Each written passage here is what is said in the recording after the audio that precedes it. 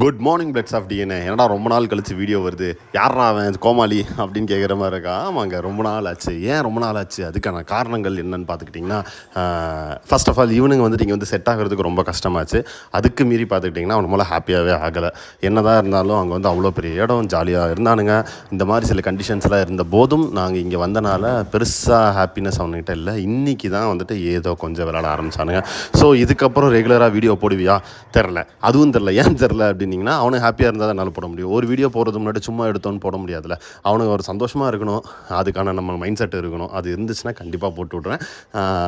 நிறையா கமெண்ட்ஸ் வந்துட்டு தயவு செஞ்சு வீடியோ போடுங்க அப்படின்னாங்க.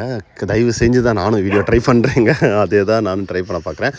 அவன் எவ்வளோஸ்கொள்ள ஹாப்பியாக இருக்கானுங்களோ அவ்வளோக்கொள்ள நான் வீடியோ ட்ரை பண்ணேன். முதல்ல அவங்க எல்லாத்துக்கும் தான் நான் சாரி கேட்கணும். இனி நம்பி நிறைய பேர் கேட்டதுக்கு என்னால் அவங்களை திருப்திப்படுத்த முடியல. ஆனாலும் ஏதாச்சும் ஒரு பிளான் வச்சுக்கிட்டு தான் இருக்கேன். ஏதாவது ஒரு ரூபத்தில் மறுபடியும் கனெக்ட் ஆகும். தேங்க்யூ.